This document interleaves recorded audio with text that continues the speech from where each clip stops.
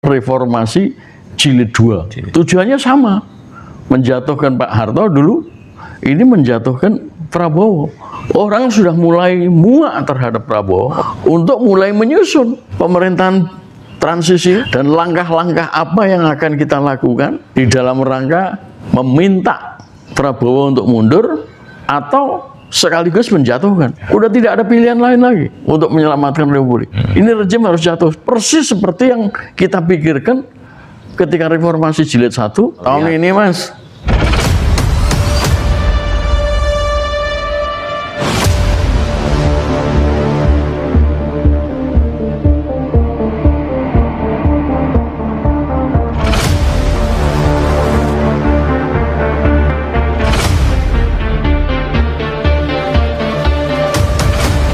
Saudara-saudara sekalian, kita juga akan membangun 3 juta rumah untuk mereka yang belum punya rumah. 1 juta di pedesaan, 1 juta di pesisir, 1 juta di perkotaan. Gaya-gayaan ngebacot bikin program 3 juta rumah subsidi buat rakyat. Tai. Mbak Bintang, reformasi tahun 98 kemarin kan banyak yang mengeluhkan, artinya dianggap gagal tahun 98. Betul. Karena ada beberapa indikasi kegagalan. Satu diantaranya adalah ketika Undang-Undang Dasar 45 akhirnya dipalsukan menjadi Undang-Undang Dasar 2002 yang terakhir ya, sampai 4 kali amandemen. Nah, kemudian kegagalan kedua adalah dulu kan cita-cita para reformis ini kan untuk menghapus KKN. Loh kok sekarang malah menggila? Apakah ini yang dimaksud dengan cita-cita reformasi gitu kan? Nah, yang ketiga itu makin berkuasanya para Taipan yang kemarin kita sudah singgung dalam pemerintahan kita, yang membuat akhirnya pemerintahan kita kok jadi loyo, mandul, tak berkutik di bawah ketiak para Taipan. Bagaimana menurut Pak Bintang? Ya justru karena Undang-Undang Dasar 45 itu dihilangkan atau diganti, maka muncullah berbagai macam kerusakan, ya, karena marwah daripada UUD 45 dan Pancasila itu hilang. Kerusakannya ya seperti yang tadi disampaikan, antara lain ya KKN, ya korupsi, kolusi, nepotisme, ya, dan munculnya oligarki itu. Kalau tidak diganti Undang-Undang Dasar 45, itu nggak akan terjadi. Nah, masalahnya seringkali orang menuduh bahwa reformasi itu gagal. Reformasi itu memang tidak, awalnya itu tidak menuju kepada penggantian Undang-Undang Dasar, bukan. Itu gerakan reformasi Jilid 1 itu rupanya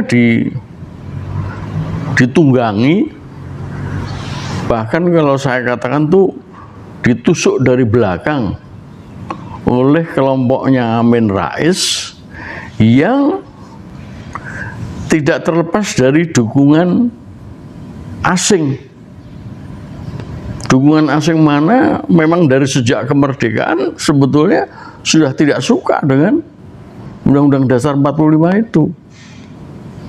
Diselundupkanlah kemudian Amin Rais beserta teman-temannya itu untuk mengganti Undang-Undang Dasar 45. Dan dengan penggantian itu rusaklah Indonesia sampai sekarang.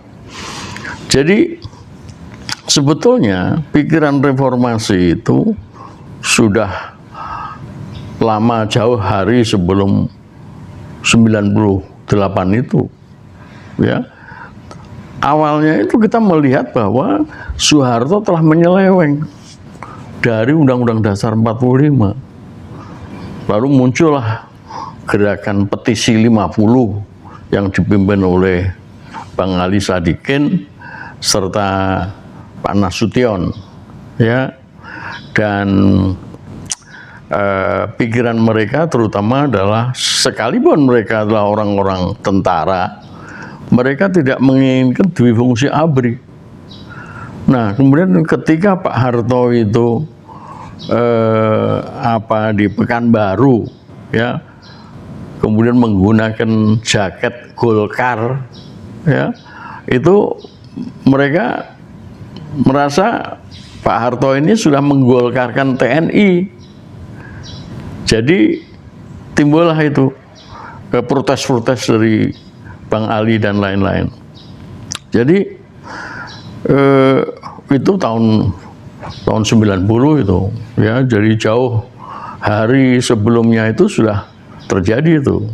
Di samping itu, gerakan mahasiswa juga tidak puas dengan apa yang terjadi dalam eranya Pak Harto itu, ya, di mana demonstrasi unjuk rasa ditolak, ya, di mana Pak Harto mengatakan bahwa dalam NKRI itu tidak boleh ada oposisi, ya. Lalu dilanjutkan dengan berbagai macam keadaan ekonomi di mana harga-harga naik, ya, inflasi itu naik sampai 70%, lalu BBM juga naik. Nah, itu menggerakkan mahasiswa untuk menolak Pak Harto. Jadi itu sudah cukup lama. Artinya sebelum 98, ya. Memang triggernya kemudian terjadi tahun 98 di mana terjadi krisis moneter. Nah, krisis moneter itu sendiri juga menunjukkan bahwa pembangunan Pak Harto dengan Repelita dan pembangunan 25 tahun jangka panjang itu gagal, ya. Jadi sebetulnya pikiran-pikiran otoritarisme dari Pak Harto, militerisme dari Pak Harto, demi stabilitas tetapi dengan mengerahkan angkatan bersenjata, itulah yang ditolak oleh para pemuda dan mahasiswa, termasuk, ya, waktu itu sudah 20 tahun lebih, ya, artinya Pak Harto ini menjadi presiden calon tunggal, ya, dan itu terus-menerus berlangsung, ya. Jadi sudah ada kemarahan, ya, dari para pemuda dan mahasiswa terhadap makna demokrasi. Saya sendiri bersama beberapa teman melihat Pak Harto itu telah menyelewengkan Undang-Undang Dasar 45. Misalnya, ya, tadi itu antara lain dipilih berkali-kali. Itu menurut pendapat saya Pak Harto telah menyimpangkan pasal 7 Undang-Undang Dasar 45. Lalu Pak Harto juga melarang berbagai macam pikiran dan pendapat yang berarti menentang pasal 28, ya, Undang-Undang Dasar. Bahkan peristiwa wartawan Udin yang dibunuh, ya, di Semarang, kemudian Marsina, ya, yang juga kemudian terbunuh, ya, itu semua menunjukkan bahwa Pak Harto telah menyimpang dari Undang-Undang Dasar 45.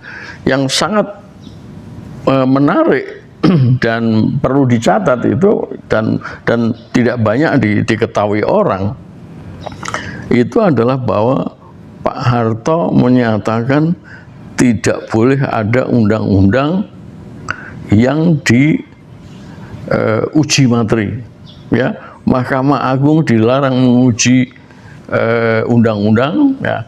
Notabene bahwa undang-undang itu yang bikin Pak Harto. Jadi Pak Harto itu justru melindungi dirinya, ya, dari berbagai macam peraturan atau perundang-undangan, di mana di situ beliau menyimpangkan, menyalahgunakan penggunaan undang-undang, ya, undang-undang dasar, ya. Jadi orang seperti saya ini sangat merasa risih dan melakukan perlawanan sebetulnya, ya. Nah, Jadi intinya reformasi jilid 1 itu adalah mengembalikan atau meluruskan kembali penafsiran terhadap Undang-Undang Dasar. Jangan Pak Harto itu seenaknya mengartikan Undang-Undang Dasar seperti yang dia pikir, ya. Jadi itu sebetulnya inti daripada itu. Maka ketika kemudian terjadi peristiwa 95 di mana saya dituduh awalnya dituduh makar, ya, di Jerman, ya, lalu kemudian karena tidak terbukti saya dituduh atau dianggap sebagai menghina presiden, ya. Nah, itu mulailah terjadi pergerakan yang lebih masif, ya, artinya mahasiswa pemuda itu juga kemudian melihat tuduhan terhadap saya itu memicu terjadinya gerakan mahasiswa yang lebih masif dan berani, ya. Jadi yang kita tolak pada waktu itu ya difungsi ABRI, ya, kemudian pelaksanaan daripada Undang-Undang Dasar 45, ya, lalu otoritarisme, diktatorisme bahkan, ya, sebab itu tuduhan saya menjadi mengucapkan diktator itu ditujukan kepada Pak Harto di Jerman itu, itulah sebetulnya yang kemudian membuat Pak Harto marah itu, ya. Nah, jadi saya bertiga sama saudara Julius Usman, ya, kemudian Saleh Abdullah, ditambah teman-teman lain termasuk wartawan senior Yusuf Madi Praja, ya, dan teman-teman dari Maluku, ya, Buce Rumah Mary, itu menggodok suatu tatanan baru. Kita menyebutkan tatanan baru bagaimana menafsirkan Undang-Undang Dasar 45 itu. Ya, artinya dengan pasal 7 itu Pak Harto nggak boleh dipilih lagi, ya.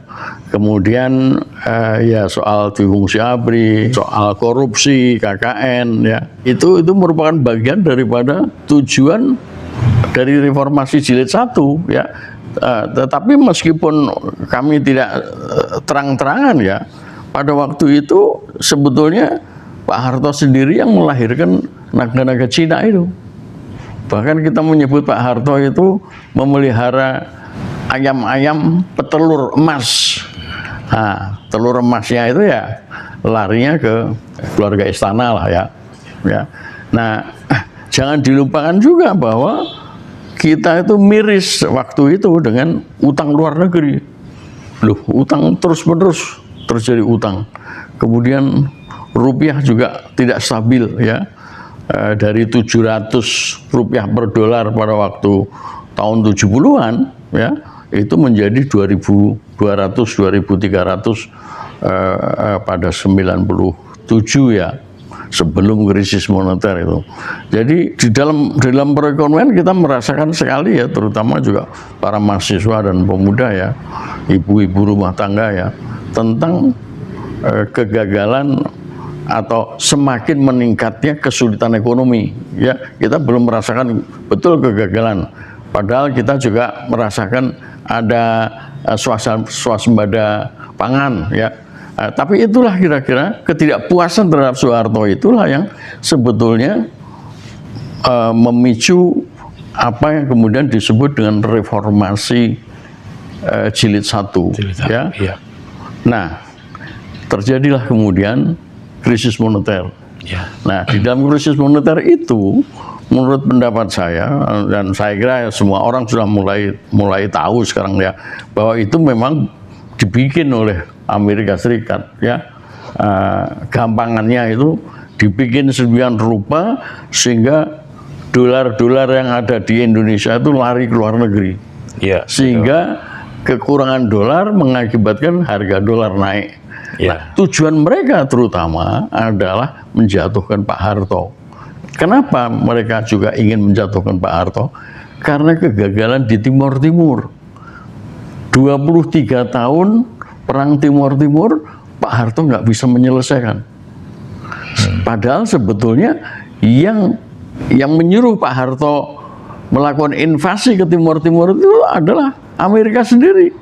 Presiden Ford dan Menteri Luar Negeri Kissinger itu datang 1 hari hanya untuk tahun 75, hanya untuk menyuruh Pak Harto menyerbu ke Timur Timur karena khawatir Timur Timur dikuasai PKI, komunis yang Fretilin yang komunis. Nah, ternyata 98 nggak bisa. Setelah 23 tahun perang, Pak Harto tidak menguasai Timur Timur. Nah, akhirnya dijatuhkan. Dan di dalam yang tidak kita ketahui bahwa di dalam benaknya Amerika itu tidak hanya sekedar mau menjatuhkan Pak Harto, tetapi mau mengganti Undang-Undang Dasar. Ya, jadi ketika itu terjadi pergolakan dan Pak Harto akhirnya mundur, itu mereka sudah mempunyai konsep tentang perubahan Undang-Undang Dasar, tentang amandemen. Nah, disitulah mereka bekerja sama dengan Amin Rais, ya, hasil dari pemilu 99-nya Habibie untuk mengubah Undang-Undang Dasar. Nah, disitulah kemudian reformasi jilid 1 yang kita harapkan atau kita rencanakan itu menjadi gagal. Ya. Kita yang mau mempertahankan Undang-Undang Dasar 45 karena Pak Harto itu menyeleweng dari Undang-Undang Dasar 45, justru dengan masuknya Amin Rais itu Undang-Undang Dasar 45 diganti. Tidak hanya sekedar diganti, tetapi juga Pancasila ikut tercerabut dari dalamnya. Penggantian itu tidak hanya sekedar pasal-pasalnya, tapi penjelasannya juga. Penjelasan yang sifatnya filosofis, yang umum, ya. Kemudian penjelasan pasal per pasal. Kemudian yang tidak diubah itu hanya pembukaan, ya. Nah, tetapi 97% dari pasal-pasal itu sudah berubah. Oh, iya. Jadi udah nggak ada lagi Undang-Undang Dasar 45.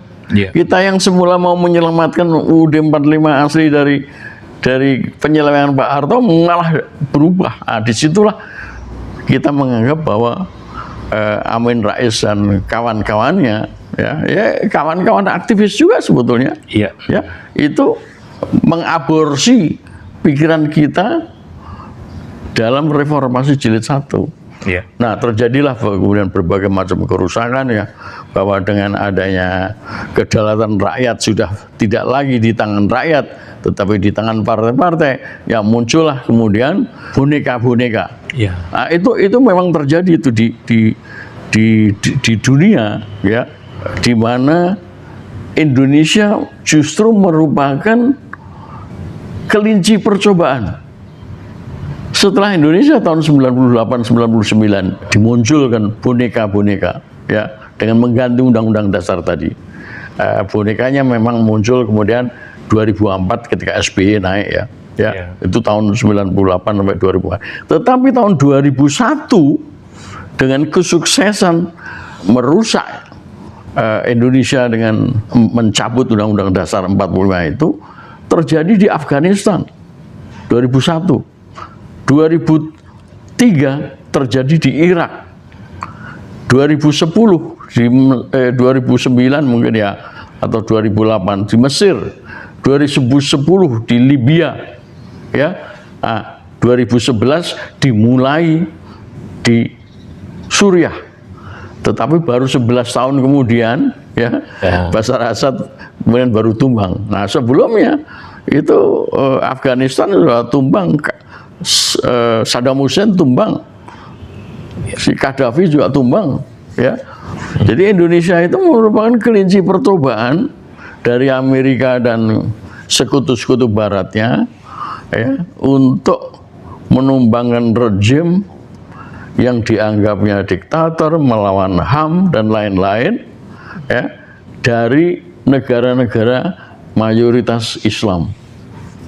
Jadi itu tujuannya. Amin Rais yang orang Muhammadiyah ini kan juga akhirnya kan merusak Islam juga di Indonesia. Iya. Ya, dan ini terjadi sekarang ini. Kerusakan Islam kita sebagai armada kekuatan, ya, kekuatan pertahanan negara, ya, Islam dan pribumi itu dihancurkan. Iya.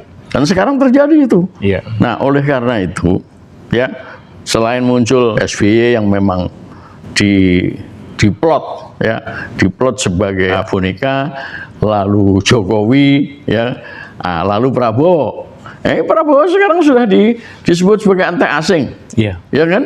Nah, lalu dan dia mengaku bahwa dia adalah antek asing, mengaku bahwa dia adalah westernized, ya, hasil pendidikan Barat. Padahal dia hanya 10 tahun ada di London, 10 tahun ketika pelarian itu menjadi warga negara Inggris, toh, sebelum kemudian masuk ke Indonesia karena bapaknya dipanggil oleh Pak Harto, dia menjadi orang AMN, ya kan? Tapi dia mengaku bahwa dia westernized. Jadi pikirannya memang pikiran Barat dan kolonialis, kapitalis, Amerika dan sekutunya. Memang kemudian kita melihat bahwa SBY itu memang begitu, ya. Dia mengaku bahwa saya mencintai Amerika, baik Amerika itu salah atau benar, seperti sebagai negara saya. Ya, itu pengakuan dari si SBY sendiri. Lalu masuklah Jokowi ya, yang saya sebut sebagai double agent. Dia memang dididik, dia memang orang keturunan Cina. Nah, ini perlu dicatat nih. Dia ini orang keturunan Cina, bukan Jokowi, ya. Ini Jokowi dan Joko Widodo itu dua sosok yang lain, ya. Ya. Nah, kalau Joko Widodo itu memang yang tukang mebel itu, ya. Itu memang sejak dia jadi wali kota Solo, dia memang sudah menjadi agen dari Cina.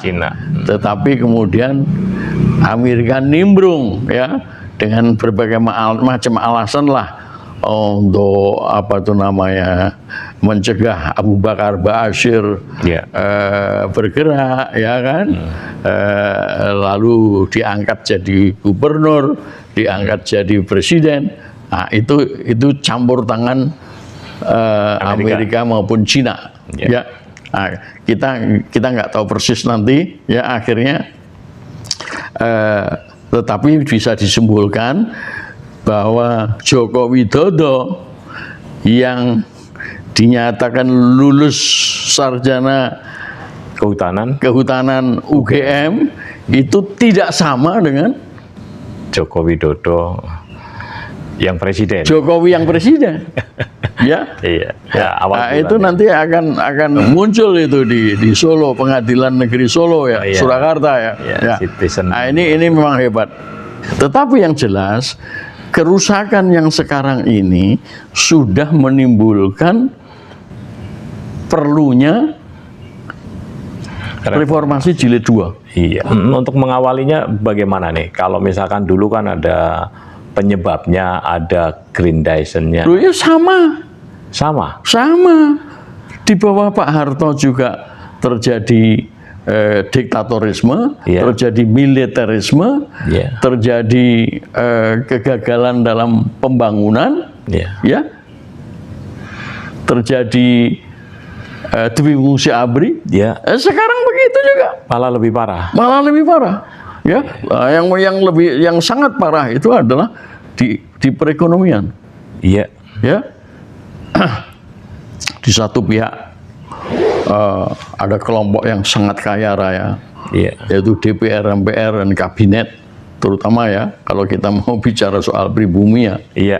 Nah, mereka itu, ya, dan yang melarat, yang kekurangan, kemiskinan dan penderitaan itu sebagian besar daripada rakyat. World Bank mengatakan 67%, ya, yang berarti kira-kira 170 juta dari 280 juta itu miskin, di bawah garis kemiskinan. Iya, di bawah garis kemiskinan. Dan itu pribumi.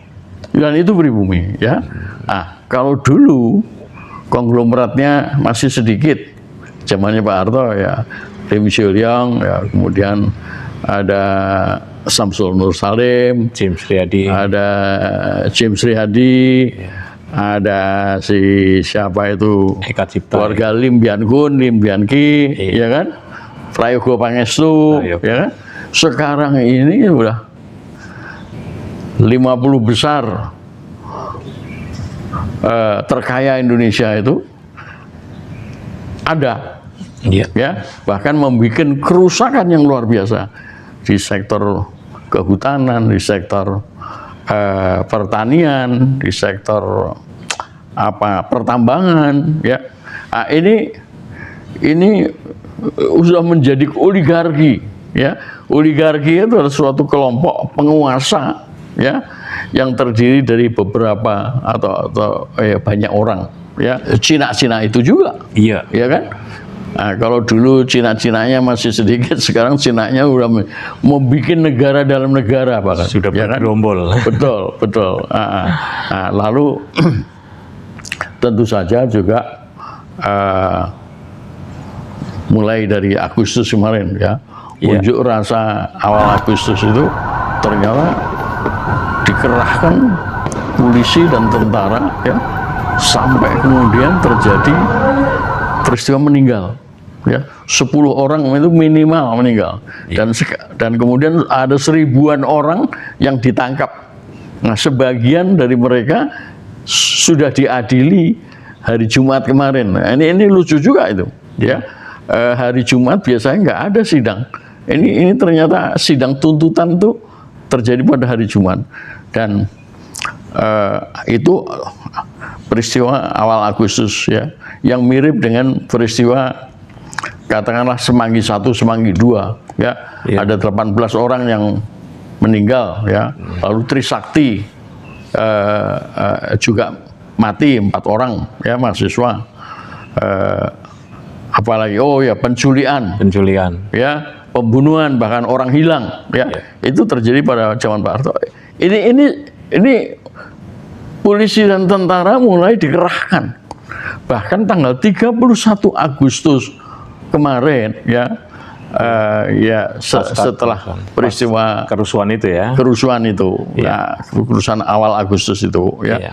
Syafri Samsudin mengatakan, ya, tanggal 31 Agustus malam, ya, bahwa atas perintah Presiden Prabowo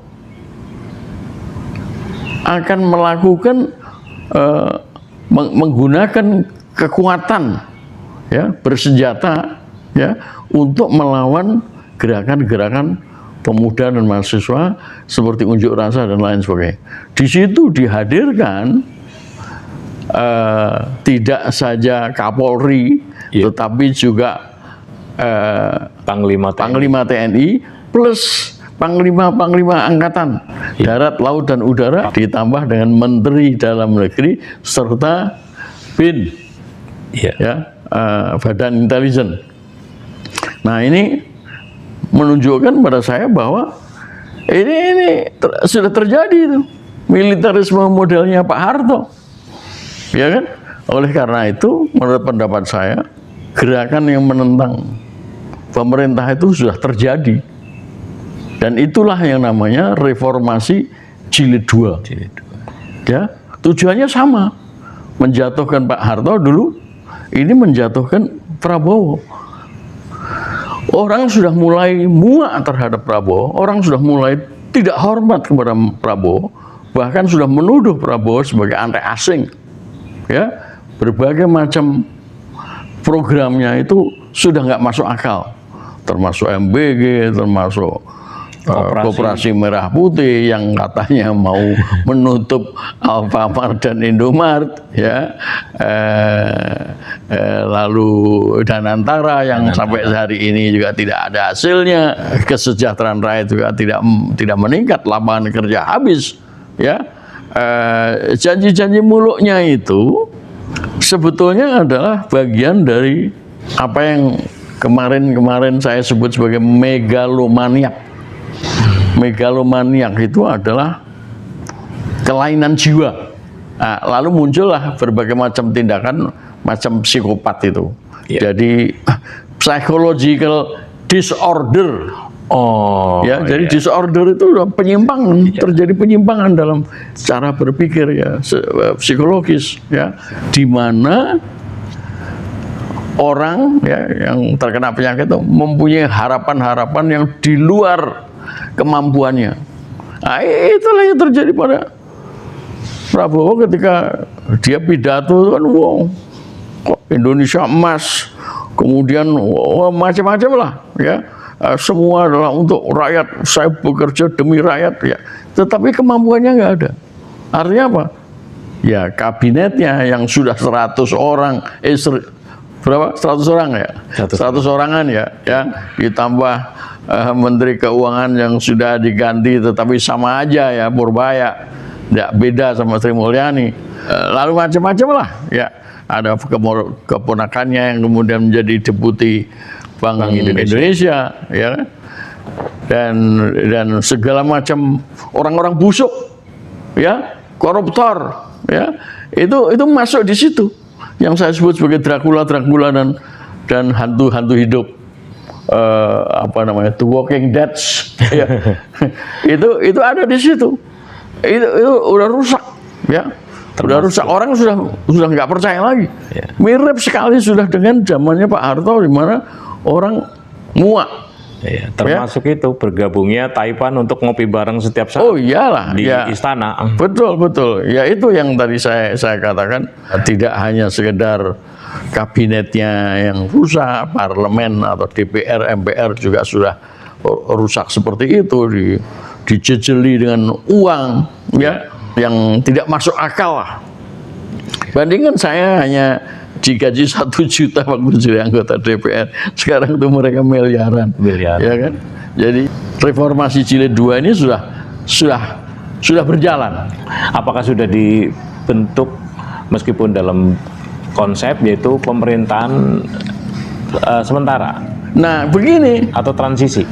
di masa reformasi jilid 1 di mana saya terlibat di dalamnya, itu belum terpikir mengenai perlunya pemerintahan Transisi. yang menggantikan Soeharto. Kita hanya berpikir ya pada waktu itu yang kita sampaikan itu adalah satu, menolak pemilu 97. Ya. Di mana ini adalah pemilu yang ke-7 kalinya. Ya. Yang ke-7 kalinya ini, 7 kali 5 tahun. 35. Iya, udah lebih dari 30 lah ya. Iya. Menolak pemilu 97, menolak Pak Harto dicalonkan sebagai calon tunggal. Ya, artinya calon MPR itu mestinya harus lebih dari 1, ya. Lalu menyiapkan tatanan baru yang kita mau siapkan atau kita kerjakan itu adalah memberikan penafsiran terhadap Undang-Undang Dasar 45 sesuai dengan penjelasan yang ada. Jangan ditafsirkan oleh Pak Harto sendiri. Itu tatanan baru yang kita maksud itu. Dan kita sudah sempat menyusun menjadi 142 pasal. Ya, perundang-undangan yang dimaksudkan sebagai pelaksanaan Undang-Undang Dasar 45 yang sesungguhnya. Ya, kita belum sempat berpikir mengenai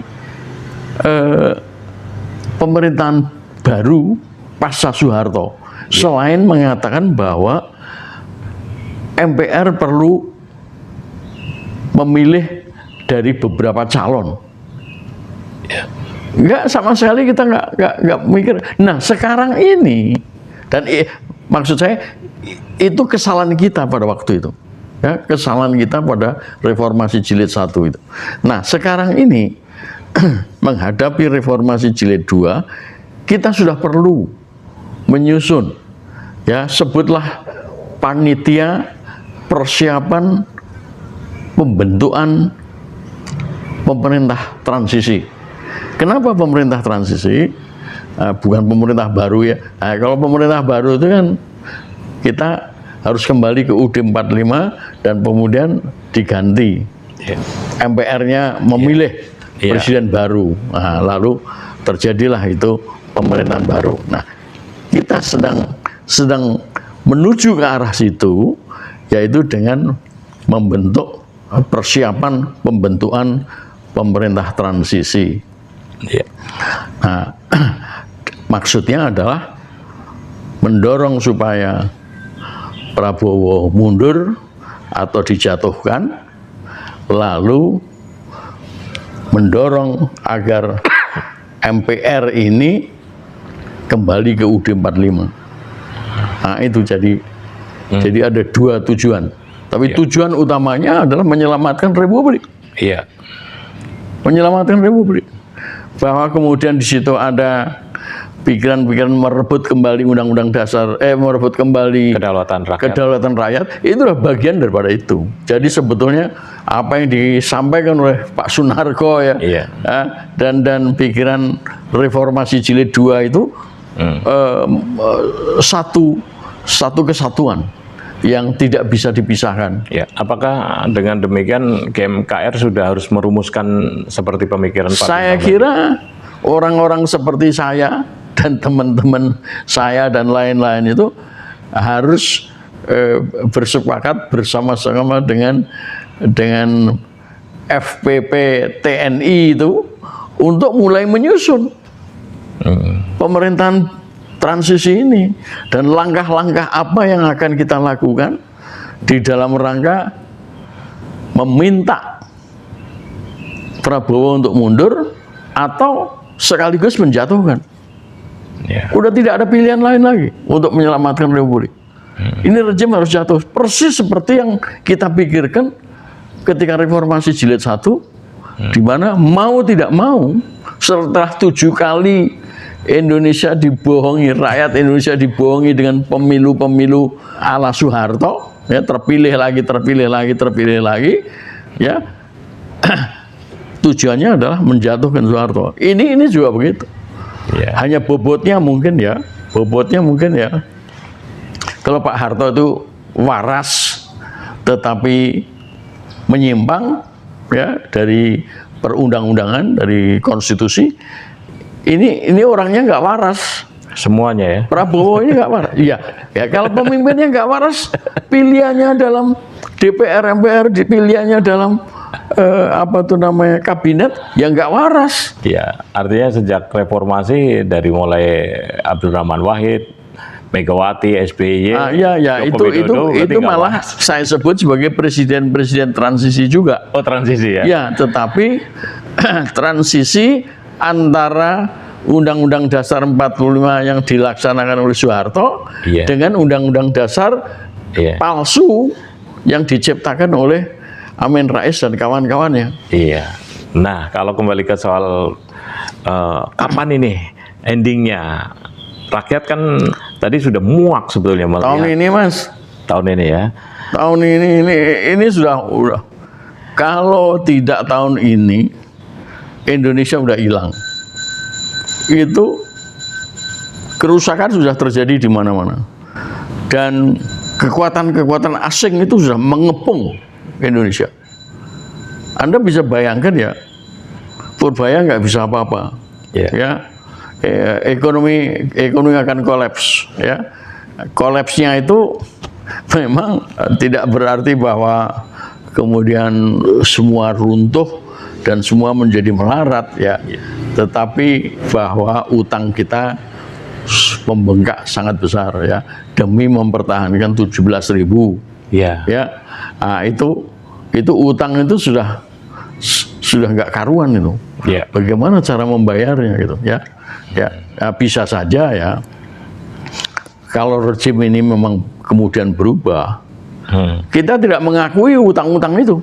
Ya, dengan alasan bahwa utang-utang itu dibuat secara tidak rasional, secara tidak profesional, ya, oleh rejim terdahulu, ya SBY, ya Jokowi, ya kemudian Prabowo sendiri, ya. Itu kebocoran, pemborosan itu luar biasa.